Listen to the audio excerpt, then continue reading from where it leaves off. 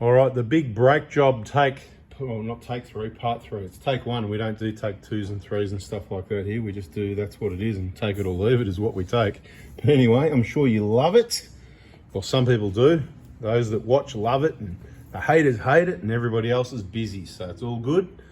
But this is what we need to do here to change the front pads and rotors. That's what matters. I made a little bit of head start, so I save you some time.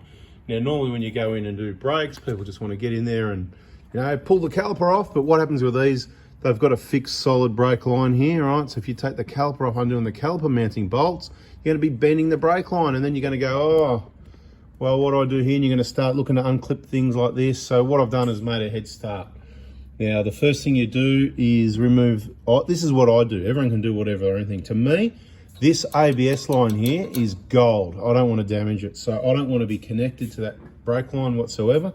The easiest way, see that, right? So there's a hole there. There's a bolt that goes through, and then it goes into this bracket. So what I do, the first thing I do is I take that 10mm bolt out, right, which releases that from there. You can see just in behind here, right? So take the 10mm out, then, oh, that frees that up. Now, you've also got a clip just down here. There's a little clip on the line. You just use a flat blade and gently open it up, right? So see this ABS line, it is completely independent of the caliper. It's got nothing to do with it now. Now, the next thing you need to do is you don't want to undo these clips and open these lines and make a mess. There's a 12mm bolt in there. You take that out, and then what happens is it's not going to move right now. It's easy once I unbolt the caliper, which is now. That's why I'm going to try and get in there and unbolt the caliper, show you how we do that. Pretty straightforward, easy stuff as well, but I'll try and spin it around so that we can see a bit of what's going on in here somewhere. Probably there'll be some bolts. And, you know, I can't remember what size they are. I've got the 17 on the ratchet from the back seal. Let's try that and see what happens. It's for a win, okay? So once again, if we put it on undo, hopefully, with any luck, it's F-tight, but it's, you know, not that tight that we can't. Might not work out with a bloody tripod in the way anyway. Hey, come on. See? That's what I'm talking about. I can't between the tripod here. Oh yeah, I did that up. Tight. And that's what we want. We want them tight. They're not coming out. All right, now we might need a little extension to get to this one without hitting the lines, as you can see. Or the other way you can do it is to speed things up. Speeds things up. Might make a bit of noise. Yep. Because people want to know about the Roby gun as well. This is the normal, I think it's 360 Newton meters or something. People are going to go, oh yeah, so how do you like that? No problem with that gun whatsoever. I'm quite happy with that. But I've got more info on rattle guns coming soon, so don't go buy one yet, because there could be a cheaper option that's good enough for you. Could be actually better for you, actually. So we'll get that bolt out of the way. That's the way to do it. I was just trying to show you, you know, doing it with tools and doing things like, you know, DIY style. So both those bolts out of the way. Now, what you need to do is grab yourself a piece of tie wire. Once you've got your bit of tie wire, here it is, just hanging there. Should be all right, it's just a short piece. You should be able to slip this caliper off. And see that? Look at that. See, it's all there, right? Bada bing, simple as that. And of course the camera's in the way of things, and I can't get in there because the camera's in the way, but I want to just get that bit of wire and just kind of go, come on. I love it with cameras in the way. Can everyone press the like button just for me bothering to do this for you? Anyway, just bring that around and gloves are a pain too, because then they all get hooked in all the, anyway, that's just hanging up just there, out of the way. Completely out of the way of what I want to do here. So let's just spin this around again. You can inspect your steering components while you're at it. And these rotors, they're really, really hard to take off. You've got to undo all your bearing and everything. No, I'm just joking. It's a joke, all right? It just comes straight off like that. It's a really hard job. So that's why you probably want to remember lsi.com.au. Now, there's a couple of things you can do while you got this off. This is the bearing. Very rusty surface already. Again, it all comes down to the use. So what I'm going to do is give that a wire brush clean up. I'm going to spray a bit of the Inox MX3, probably going to blow most of it off, but that'll just help a little bit with the surface rust protection. The main thing is that the bearing's good, the hub's good, it was all brand new, and nice new caps are in new condition, so it's all sealed up and it's beautiful on the inside. Some nice genuine bolts here, Mickey Mouse, but you can just check it all out and make sure that I did that right in the other video. You would have seen that in the other video, right? Yeah, the other video, could have been ages ago. There'll be a playlist called front wheel bearings or something like that. You can check that out. So that's what I'm going to do now. I'm not going to bore you. I'm going to go clean this up. We're going to get the new rotor, throw it on, and then what we'll do, we'll put the caliper back on. The pads are pretty close to like new still. Let's just have a bit of a quick look there. Right, there's still a fair bit of meat there. These are the Bendix trial pads, we'll call it, but they're going on the bench. So if anybody wants to continue the trial, for anybody that's watched this video, you know what? By the end of this video series, somewhere in the video, I'm going to give the information you need to get this set of Bendix pads for free. Hey, look, we'll call them half worn, but if you haven't got money for brakes, this is a free set. So they're not as good as new ones. They're half worn, but they're free. It's going to be pickup only from the Proto Hospital. And I don't know when you can do that, depending where you are. So if you're not around, then it's probably not going to suit you. And it might not suit you anyway, but putting it out there. I'm not going to throw them out. I'm going to keep them. Someone can use them. These ones are probably 80% anyway.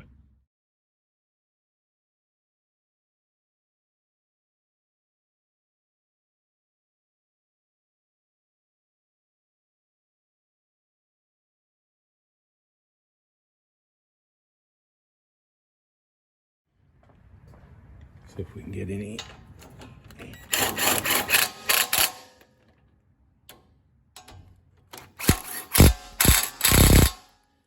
Got number 3.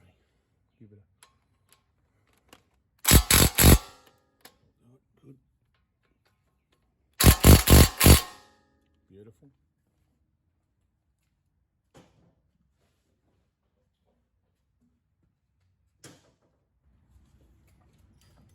A little 40 Newton meter gun.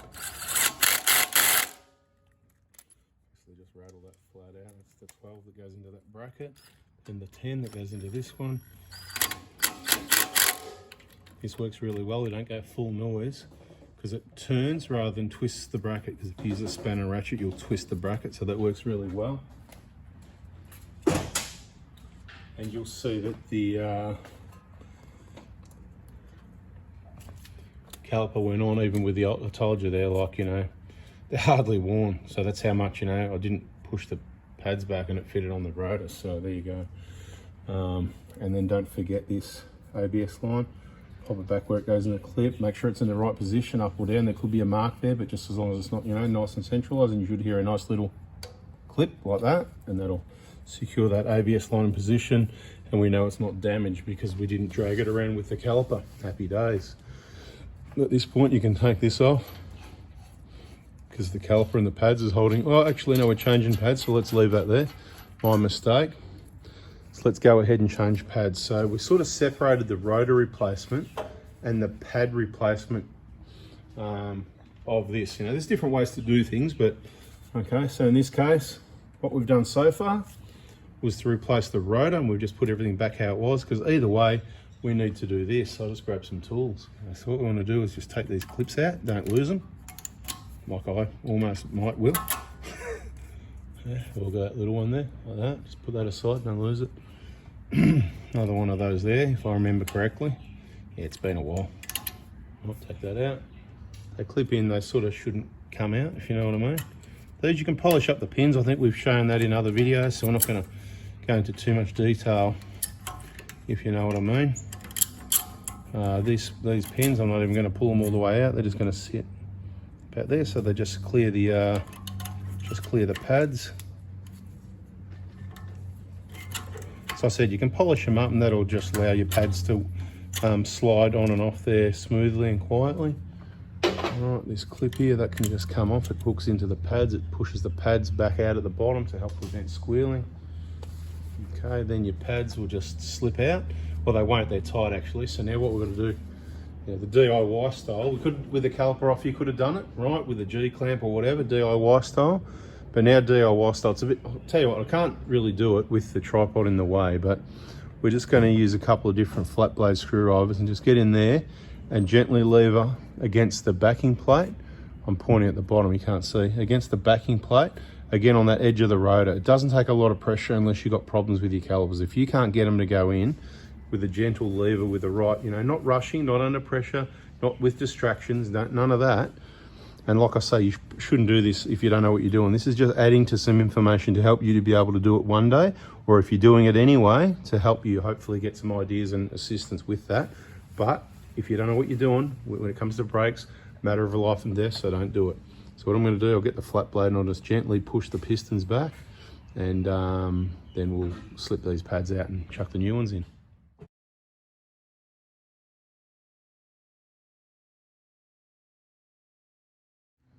All right, so just a minute to get those out, right? So you can see that's that side, that's that side, right? So you can see a couple of marks there. So you need to get better at it than that. They're very minor marks, it's not gonna matter, but you know, that's where you wanna be. As I said, you wanna be on the edge of the rotor here. You don't wanna be on the surface of the rotor. Or you can do it with the G-clamp, or you can there's a number of tools you can buy to spread calipers out, whatever. This is DIY style. Generally, people are going to be getting rid of their old pads, which is why I showed you that way, okay? But there's nothing wrong with those pads. I tell you, they're looking pretty good, actually. Happy days. Right, the other one, same story, right? There, yeah, the new pads, yep, they're pretty well ready to go. So let's continue. We need to work out the inners and the outers and all that sort of thing, because they've got some wear indicators on them. This one, no wear indicator. So it's obviously an outer. Well, they should have. Let's just see what they've got. So maybe they haven't, maybe I've got to get them off. No, there it is. So that wear indicator. So that's going to go, I'm not going to look at it. It's going to go on the inside. So the inside at the bottom, the wear indicator, what do you think? Usually it says on it which one's which. So I'm just going to look for the markings on it. It's probably in the instructions, but generally you'll find that if you look on the back here, it says Toyota, it says Advix, blah, blah, blah. And it says, what does that say? Is that an alpha left? Let's have a look at the other one. No, it's not, because they both got the same letter on them. So just compare, I'm just having a look at the pair here, just for argument's sake. So there's an A and a B, so that'll tell you in the instructions which one's the A, which one's the B, right? Now, what I'll do this time, I'll tell you that this one with a wear indicator this way, right? So it's on the leading edge in this case, the way they do the wear indicator, so the rotor's coming up anyway, so just to show you, right? And if you put it the wrong way, it's probably not going to matter. It's going to do the same job at the end of the day. It's going to scrape away. Right. See how much. I've got a hole in the glove, have I? That's not good, is it? Just trying to show how much it sticks out, but it's hard to just sort of hold it there and get the focus and hold it still. Yeah. It's kind of, it's a really good position actually, regardless of which side you put it on. It's going to work. Bada bing, simple as that. Okay, so I just went and prepared the pads and did the grease thing, you know, what do I use? Copper E's on both sides of all the plates and all that. Toyota actually specify to do that as well. They're in there.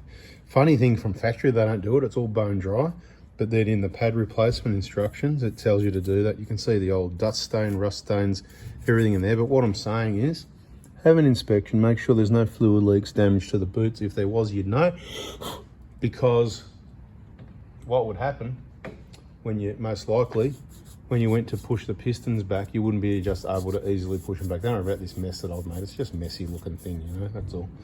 I'll clean it up afterwards. I'll clean it up when I drive the car down the road, and the brakes clean it for me actually. And keep your surfaces clean. It's mainly got to be free of grease.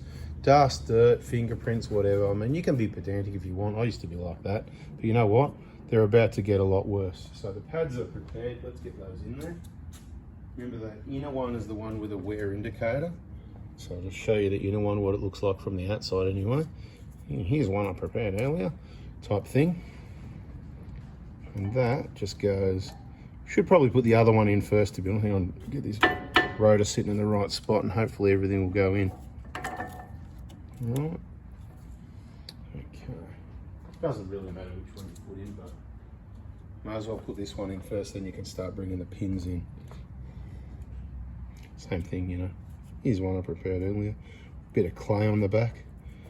Well, it is clay-based stuff, isn't it, you know? I know that because I can read the container. Looks like clay too, doesn't it? It's clay with a bit of copper in it, right? Because copper's expensive, there's going to be a lot of copper, right? So there we go, so they're in there, that's all sitting in the right spot. Everything's happy. Don't forget we're going to put in this clip. Goes at the top here, doesn't it? No, it doesn't, because the disc rotor turns that way, so it's coming up. When the pad's spread at the bottom, so this goes like so. How easy was that? Something went smooth once. Now, normally I'd be using side cutters, but I'm just trying to do something different because side cutters give you a really good grip to grip on these little things. And normally that works for me well, but when I do a video, it doesn't. And because I'm doing something different, it's not meant to go too well in the video, but mate, how smooth was that? Wow, that's just unusual.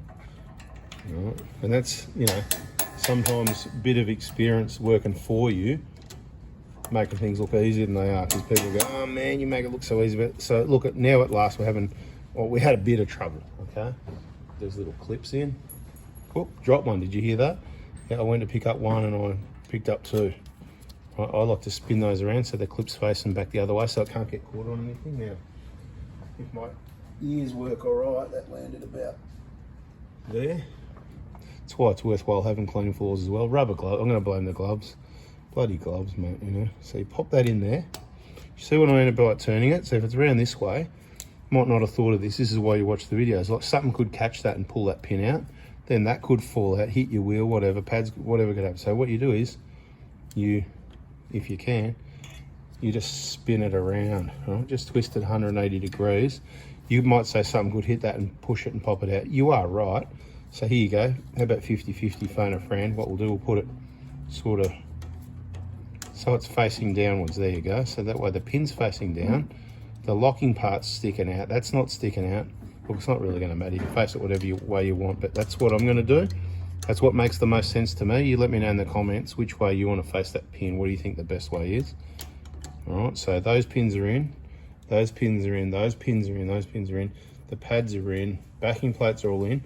There was a third one that came with the Bendix pads, which of course we left on the Bendix pads. That's like your backup plan in case some butcher's been at the car previously, changed the pads, thrown these away. Then the Bendix pads come with a backing plate to get you out of trouble. I actually ran all three in there because as you can see, there's plenty of room in there. But what I've done with that third set on the Bendix set over there, and these rubbish gloves, you want to know what brand they are soon, don't you? Tell you what they are there. Black Dragon! Black Dragon, not so good. Stick with the TGCs in my opinion, but again, nobody paid me to say that, it's just what we find. Yep. Comes to brakes, don't muck around. And we're going to bleed the brakes, bleed the nipples up the top here, which you can't quite see in the picture at the moment. And we're going to get to there soon. But one more thing, we'll just do the brakes to the other side. So this one's been a bit long, let's wrap it up. We'll try and make the other side a bit shorter. This is part 3, bada bing, bada boom. Catch you on the next one. Subscribe, turn the bell on if you don't want to miss it. See ya.